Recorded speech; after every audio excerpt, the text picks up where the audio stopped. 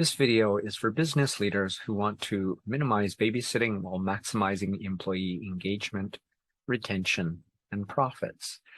Have you ever been frustrated by poor employee retention, even worse, employee engagement, or lack of independent decision-making ability in your company?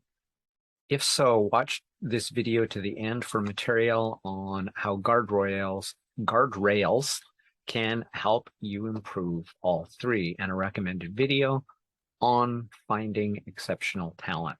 I've been both a boss and an employee, so I have empathy for both sides of the equation. But you as the leader have by far more power and motivation to boost employee retention and training so that employees can work unsupervised.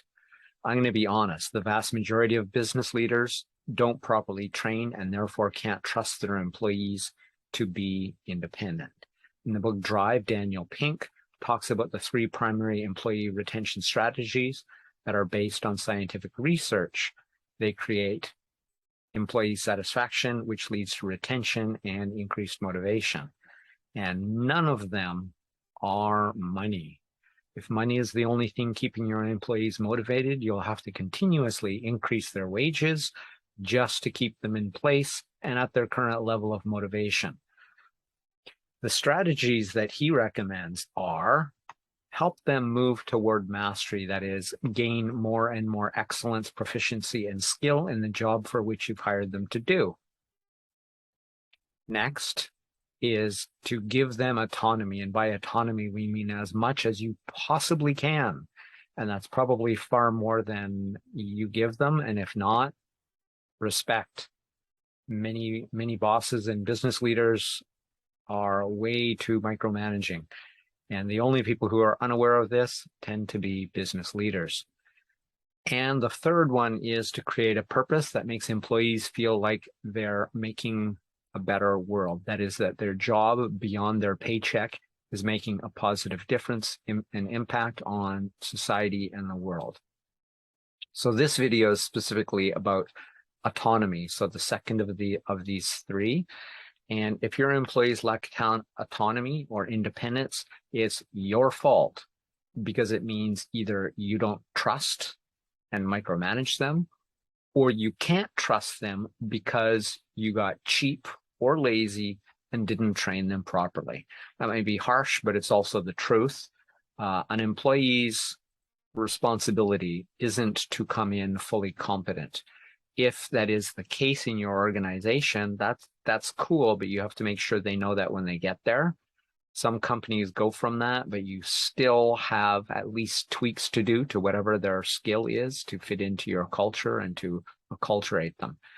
So to maximize their independence, you should never punish them for making mistakes based on their independent judgment and initiative, or their autonomy will disappear along with their engagement, satisfaction, and eventually their presence at your company. So to be really clear about this, obviously you have to give a range to their autonomy, but it should be maximized whenever possible. So that's why proper training and the optimal level of autonomy is critical. As their mastery grows, obviously, so should their autonomy. So two excellent ways to do that are to pair them with a skilled mentor. And I'm going to emphasize the skilled part of that, because just because somebody can do a job well doesn't mean they're a good mentor, teacher, coach, or guide. You can be fantastic at a skill and suck as a teacher. They're not the same thing. And to give them, the second one is guardrails, as discussed in today's bonus material, which is upcoming shortly. So ironically, micromanagement and improper training will cost you more money in mistakes, employee turnover, basically more money in mistakes and employee turnover, because you thought you were actually saving money on the front end. That is, minimizing the cost of training, or just assuming, well, they should already know how to do it. That is often overestimated. This is related to something called the curse of knowledge that I won't go into today, but you can certainly look it up. So long term, the better you create happy, well-trained, autonomous workers, the more likely exceptionally talented employees will seek you and your organization out rather than you having to chase them. That is, by building a culture where autonomy is the norm, and that autonomy is very broad and very deep, people stay a long time. They tell others how great your company is to work for, and your company will build a reputation for being one that people want to be at. Now, in Daniel Pink's book Drive, he specifically references companies that are that way. People who are saying, I don't care what job you give me, just give me a job. I want to work at your company. If your company isn't that, or that company specifically, and most aren't, that means there's work that could be done. But autonomy is a very fundamental thing, and you have to be willing to do it. And by giving them that autonomy and that responsibility, you cannot punish them for the autonomy that you have given them. So thank you for watching this far. We're already to bonus content, and that is about guardrails. Guardrails are basically a simple management tool that acts quite literally like training wheels on a toddler's or young person's bike. So the way to do this is from the very day these employees arrive, that is the moment they become a member of your organization, you teach them that they are expected to work as independently as possible, as they are capable, and yet will always have support available when they don't know what to do. So the idea is to train them to say, just do whatever you think is best. And then, as I said, if there's any mistakes made, you can't punish them for making mistakes when you told them to use their own initiative and judgment. That's where the guardrails come in. The idea is you can limit that. You could say anything over $1,000 or $10,000 or $200, and you need to get approval. But make that range as broad as possible, because when you give people that kind of trust and responsibility, they take it very seriously, and they're probably far less likely to abuse it than when they never get that and they're treated like children. So guardrails will need to be adjusted as these people gain in skill and competence, and perhaps as their job changes.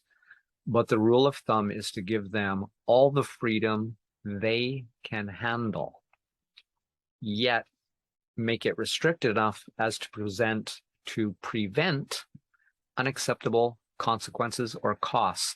So you sort of have to set the criteria of how much am I willing to trust them, and how much in particular am I willing for it to cost at no punishment to them for exercising the autonomy I've given them. An example might be they don't need your approval for any standard business costs or expenses up to $10,000. That's one more decision you don't have to make, so you can be steering the ship instead of babysitting the employees. A perfect example of a guardrail that's very broad is out of Ritz-Carlton's service values, which states, and this is a quote, "I am empowered to create unique, memorable, and personal experiences for our guests." What does that mean? It means exactly what it says, and that they're able to, within their own judgment, exercise that with absolute authority and empowerment to do so.